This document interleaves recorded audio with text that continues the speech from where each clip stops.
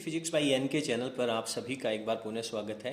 12th class की physics का सबसे महत्वपूर्ण चैप्टर नंबर 16 इलेक्ट्रॉनिकी अपना चल रहा है और जिसमें अपन ने पिछले वीडियो में पीएन संधि डायोड पढ़ा था और अपन ने पढ़ा था कि पीएन संधि डायोड को किसी विद्युत परिपथ में दो तरह से जोड़ा जा सकता है। एक जिसे अपन अग्र बायस कहते हैं, अग्र अभिनति कहते हैं, और दूसरा जिसे अपन पश्च अभिनति या रिवर्स बायस कहते हैं।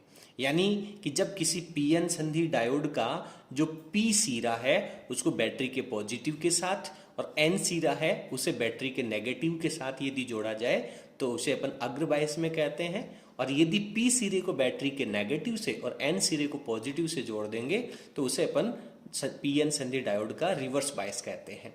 और आज अपना जो टॉपिक है पीएन संधि डायोड विभव धारा अभिलाक्षणिक वक्र। देखिए, ये बोर्ड परीक्षा 2021 की दृष्टि से सबसे महत्वपूर्ण प्रश्न है या फिर महत्वपूर्ण प्रश्नों में से एक प्रश्न अपन इसे कह सकते हैं। ये प्रश्न 4 नंबर का आने की पूरी संभावना है। देख क्या कह रहा है, पीएन संधि डायोड आपके पास कोई होगा, ठीक है सर।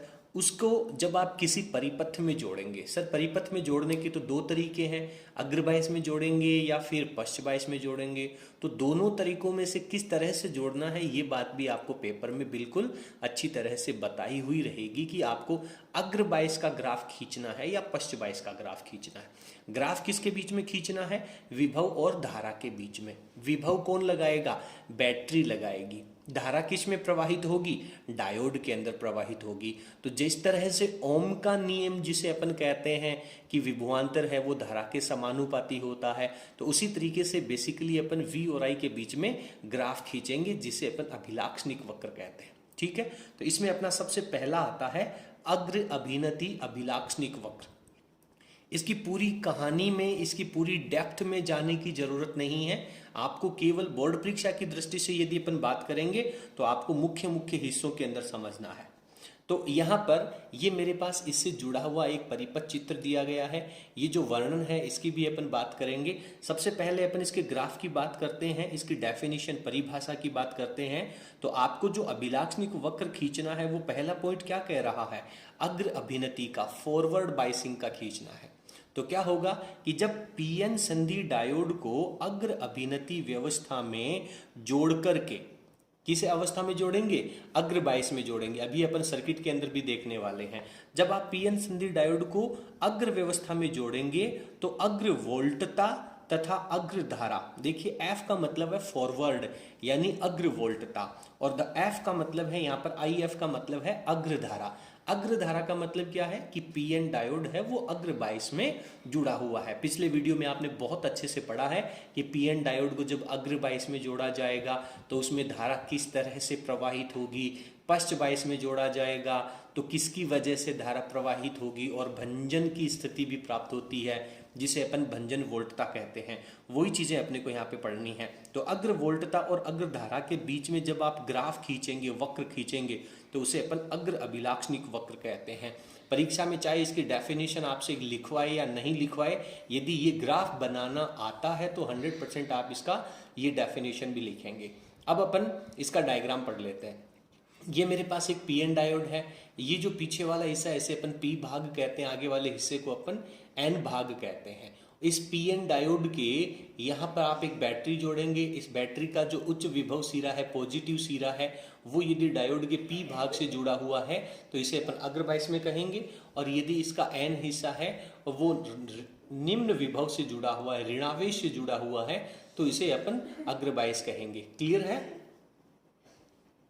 अब अपने को इस परिपथ में एक कुंजी भी लगानी है। ये बैटरी के अंदर जो क्रॉस का साइन लगाया आपने, तीर का चिन्ह लगाया, ये क्या कह रहा है?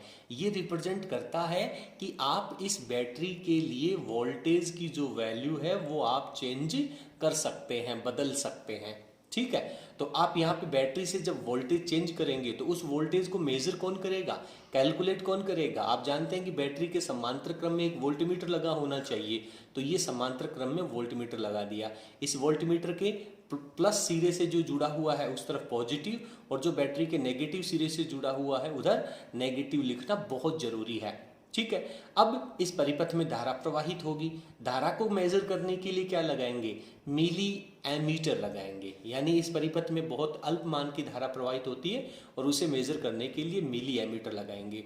इस मिली एमीटर का जो पॉजिटिव सिरा है जो बैटरी से जुड़ा हुआ है उसे अपन पॉजिटिव कहेंगे, और नेगेटिव बैटरी के नेगेटिव से जो जुड़ा हुआ सिरा है उसे अपन नेगेटिव कहेंगे। तो इस सर्किट के अंदर मुख्य रूप से आपके पास 5 चीजें, 5 भाग इसमें जुड़े हुए होने चाहिए। एक सबसे महत्वपूर्ण डायोड होना चाहिए, एक बैटरी होनी चाहिए, एक वन वे कुंजी होनी चाहिए, वोल्टेज और धारा को मेजर करने के लिए वोल्टमीटर और एमीटर होना चाहिए। वोल्टमीटर समांतर क्रम में होता है और एमीटर श्रेणी क्रम में होता है। ये सारी बातें आप बहुत अच्छे से जानते हैं। बोर्ड परीक्षा में 1 नंबर का सिंगल प्रश्न भी यहां से पूछा जा सकता है कि पीएन संधि डायोड का अग्र अभिनति का अभिलाक्षणिक वक्र खींचने के लिए जो आवश्यक परिपथ चित्र है वो परिपथ चित्र बनाइए। तो केवल आप लोगों को ये डायग्राम बनाना होता है उस सिचुएशन में, बाकी कोई भी कहानी लिखने की आवश्यकता नहीं है। क्लियर है? तो उम्मीद करता हूं कि आप सब लोगों को ये जो डायग्राम है वो बहुत अच्छे से समझ में आ गया होगा। यदि आपको ये डायग्राम समझ में आ गया हो तो आप वीडियो को लाइक जरूर करें।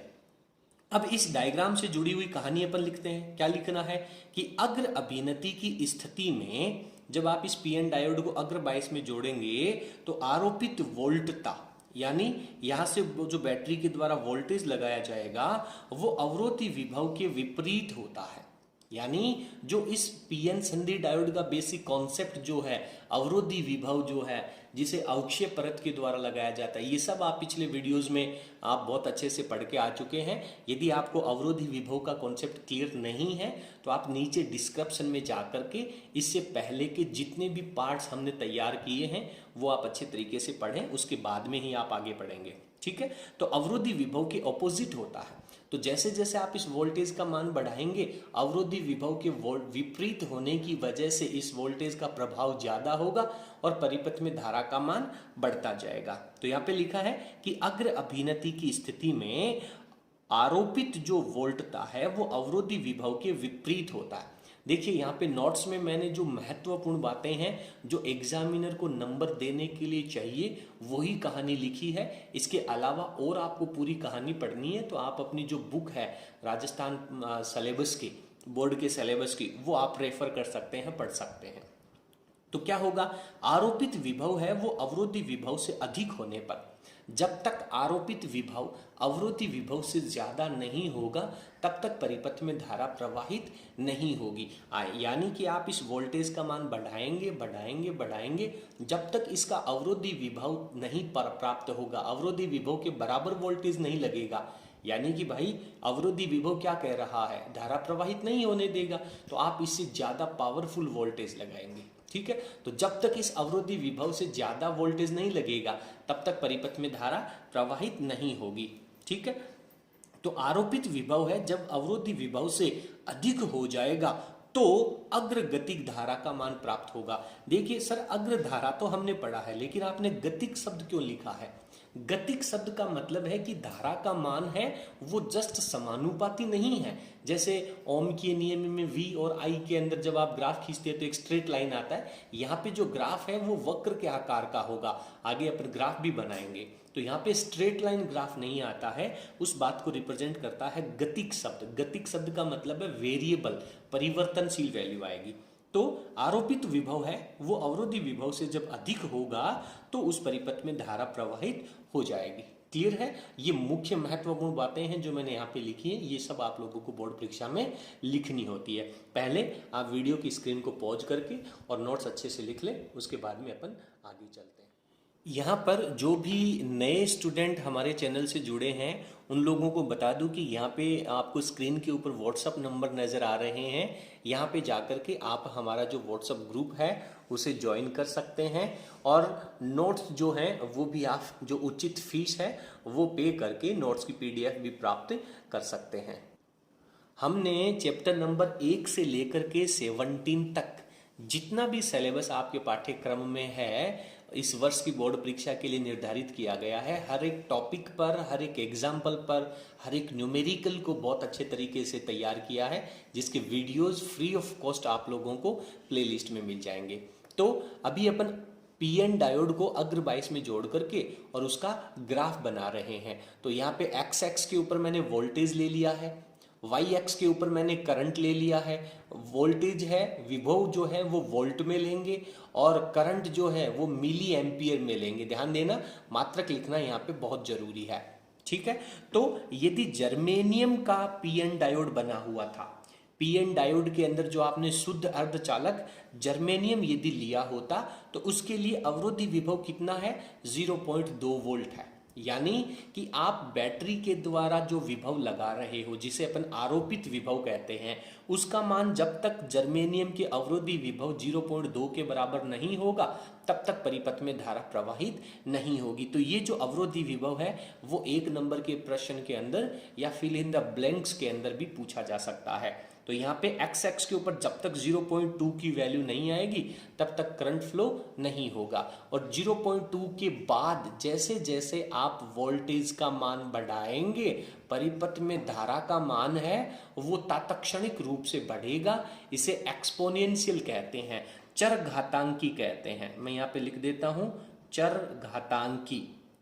ये जो परिवर्तन है वो एक्सपोनेंशियल है। मैथमेटिक्स के स्टूडेंट हैं वो e की पावर को बड़े अच्छे तरीके से जानते हैं, लेकिन बायोलॉजी के स्टूडेंट यहाँ पे केवल चर घातांकी शब्द याद रखेंगे तो आपका काम हो जाएगा। यदि यही जो अर्धचालक है, जो पीएन डायोड आपने काम में लिया है, अगर वो सिलिकॉन का बना हुआ होता तो 0.7 वोल्टेज तक आपका जो ग्राफ है वो बिल्कुल एक्स एक्स की लाइन के ऊपर होता, और यदि सिलिकॉन का पीएन डायोड होता तो ग्राफ यहां से स्टार्ट होता, क्योंकि अब आपके द्वारा जो लगाया गया अवरोधी विभव है, जो आरोपित विभव है, वो अवरोधी विभव से ज्यादा होगा। उम्मीद करता हूं कि आपको ये टॉपिक, ये जो पीएन डायोड का अग्र बायस अभिलाक्षणिक वक्र है वो बहुत अच्छे से समझ में आ गया होगा। बोर्ड परीक्षा में यदि 4 नंबर का प्रश्न पूछा जाता है तो उसमें अग्र बायस का ग्राफ भी बनवाएगा, उत्क्रम बायस का ग्राफ भी बनवाएगा। ये जो महत्वपूर्ण नोट है कि यदि 1 नंबर के प्रश्न में आपसे अलग से पूछे जाए तो लिखने की आवश्यकता